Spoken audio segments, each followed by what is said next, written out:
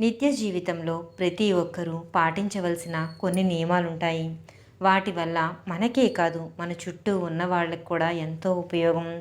అవేమిటి అనేది, సమాజం బాగుంటేనే మనం బాగుంటాం, దేశం బాగుంటేనే మనం బాగుంటాం. సకల ప్రాణికోటి క్షేమం ఆలోచించిన మన పూర్వీకులు మనిషిని మహర్షిగా మార్చేందుకు కావలసిన నియమాలను ఏర్పరిచారు.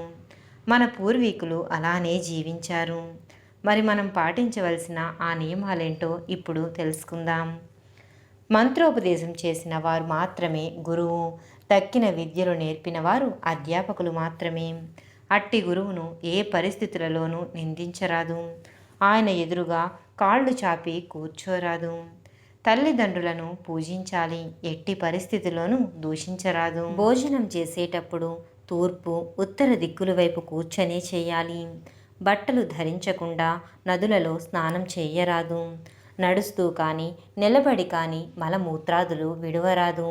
అలాగే దేవాలయాల్లోనూ గోశాలల్లోనూ మలమూత్రాదులు విడవరాదు.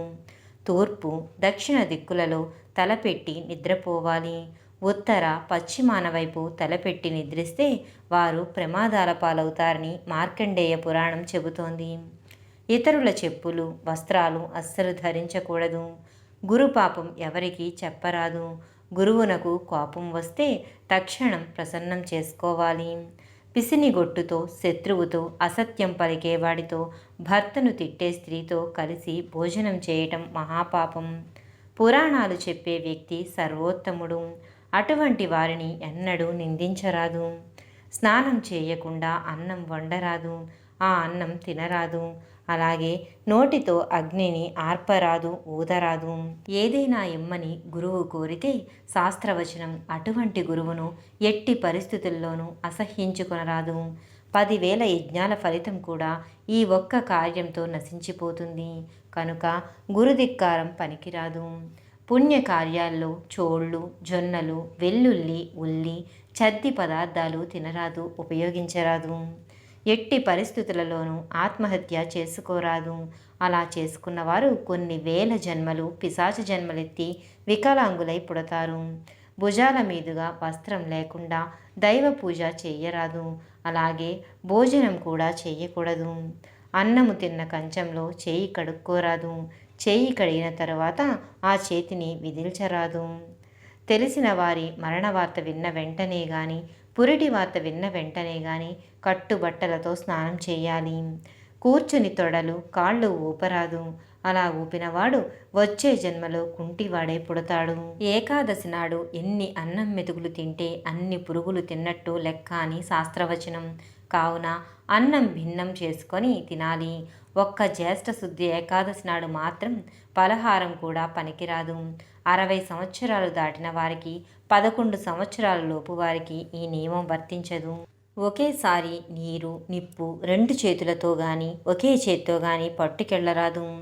నిద్రపోతున్న వారిని అనవసరంగా లేపుట, పురాణ కథలు జరుగుతున్నప్పుడు విఘ్నం కలుగు చేయుట, భార్యాభర్తలను విడదీయుట, తల్లిని బిడ్డను విడదీయుట ఇవన్నీ బ్రహ్మహత్యా పాతకాలతో సమానం.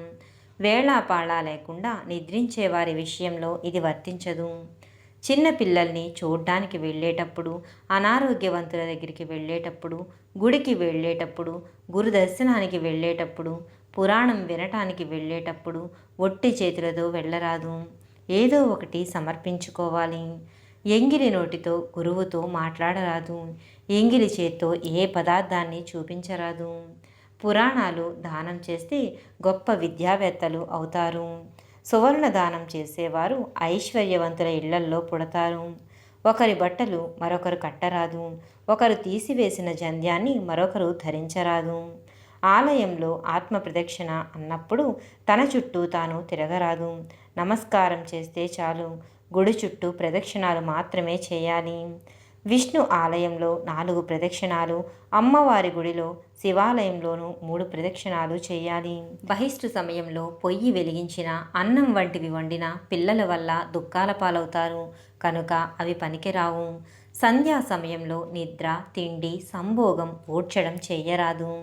నిలబడి కానీ అటూ ఇటూ తిరుగుతూ కానీ అన్నం తినటం వల్ల క్రమంగా దరిద్రుడవుతాడు. రాబోయే జన్మలో బిచ్చగాడవుతాడు. ఆదివారం, శుక్రవారం, మంగళవారం తులసి ఆకులను కొయ్యరాదు. చీటికి మాటికి ప్రతిజ్ఞలు చేయుట, ఒట్టు పెట్టుట దోషం. నోట్లో వేళ్లు పెట్టుకొనుట, గోళ్లు కొరుకుట వంటివి చేయరాదు. గురువు ద్వారా మంత్రోపదేశం పొందనివాడు ఎప్పటికీ తరించలేడు కనుక ఉపదేశం పొంది తీరాలి. చీకటి పడ్డాక పువ్వులు, ఆకులు చెట్ల నుండి తుంచరాదు. దేవాలయ ప్రాంగణంలో ఉమ్మడం, పొగ త్రాగటం రెండూ నిషిద్ధాలే. గురువులకు, అర్చకులకు, పౌరాణికులకు సరిగ్గా పారితోషికం ఇవ్వక వారికి రుణపడేవారు 100 జన్మలు కుక్కలుగా, చండాలురుగా పుట్టి కష్ట నష్టాలు పాలవుతారు. ఇంట్లో విగ్రహాలుంటే ఏమీ ప్రమాదం లేదు. పరులకు అపకారం కోరి పూజ చేసేవారికి మాత్రమే నియమాలు. తక్కిన వారికి పూజ విషయంలో పెద్ద పెద్ద నియమాలేమీ లేవు. నిద్ర నుండి లేవగానే ముందుగా అరచేతులను దర్శించి వామన నామస్మరణ చేయాలి. పాచిముఖంతో అద్దం చూసుకొనరాదు. ఉపవాసం ఉన్నప్పుడు, జాగరణ చేసినప్పుడు పరుల దోషాలు తలుచుకోరాదు. శివాలయంలో నందికి దగ్గరగా దీపారాధన చేయరాదు. కొంచెం దూరంగా ఉంచాలి. తల వెంట్రుకలతో కూడిన అన్నం పండితులకు, గురువులకు పెట్టరాదు. సాధ్యమైనంత జాగ్రత్త వహించాలి. పొరపాటున అన్నంలో వెంట్రుకలు వస్తే ఆ అన్నాన్ని తీసేసి మళ్ళీ వడ్డించి నెయ్యి వేయాలి. అన్నం తింటున్న వారిని తిట్టరాదు, అలాగే దెప్పి పొడవరాదు. స్నానం చేశాక శరీరం తుడుచుకొని తడిపొడి తువ్వాలు కట్టుకొని పూజ చెయ్యరాదు. పూజా మందిరంలో ప్రవేశించరాదు. పూర్తిగా ఆ తుండును తడిపి నీరు పిండి మాత్రమే కట్టుకోవాలి. లేదా వేరే శుభ్రమైన వస్త్రాలు పూజకు ధరించాలి. తరచుగా కాలినడకన పుణ్యక్షేత్రాలు దర్శిస్తే మంచి జన్మలు కలుగుతాయి. దీనిని కాయిక తపస్సు అంటారు. శవాన్ని శ్మశానం దాకా మోసిన, శవాన్ని ఇంటి దగ్గర ఉండటానికి అనుమతినిచ్చినా నరకానికి పోకుండా స్వర్గానికి పోతారు. గృహప్రవేశ కాలంలో కానీ, ఏడాది లోపు కానీ ఆ ఇంట మణిద్వీప పారాయణం చేయడం చాలా మంచిది. ఇది వాస్తు దోషాలను పరిహరిస్తుంది. పుట్టినరోజు నాడు దీపాలు కానీ, కొవ్వొత్తులు కానీ ఆర్పరాదు. నోటితో అగ్నిని ఊదటం ఘోర పాపం. అటువంటి వారు గ్రహణపు మొర్రితో మళ్ళీ జన్మెత్తి దుఃఖాలు పొందుతారు. భోజనం చేసిన వస్త్రాలు ఉతికి ఆరవేయకుండా వాటితో దైవ పూజ చెయ్యరాదు. శుక్ర, శనివారం వంటి వార నియమాలు పెట్టుకున్నవారు హోటల్లో టిఫిన్లు తినుట గాని, ఆనాటి అల్పాహారంలో ఉల్లిని వాడుట గాని నిషేధం. ఇది ప్రయాణం మధ్యలో ఉన్నవారికి వర్తించదు. చీటికి మాటికి యజ్ఞోపవీతం తీసి పక్కన పెట్టడం, తాళి తీసేస్తూ ఉండటం రెండూ భయంకర విషయాలే. దీపాలు పెట్టే వేళ తల దువ్వుకోరాదు. ఇలా చేసిన స్త్రీలకి 100 జన్మలలో వైధవ్యం కానీ, అసలు పెళ్లి జరగకపోవడం వంటివి జరుగుతాయి. దీపారాధనకు ఒక కుంది మాత్రమే వాడినప్పుడు అందులో 3 ఒత్తులు వేయాలి. మాడిన అన్నం, అడుగంటిన పాయసం, కంపు వచ్చే నెయ్యి ఇటువంటివి నైవేద్యానికి పనికిరావు. కొబ్బరికాయ కొట్టాక వెనుక వైపు పీచు తీయాలని నియమం కూడా తప్పనిసరి కాదు. శుభ్రత కోసం పీచు తీయవచ్చు, తీయకపోతే దోషమేమీ లేదు. కొబ్బరికాయను నీళ్లతో కడిగి కొట్టడం చాలా తప్పు.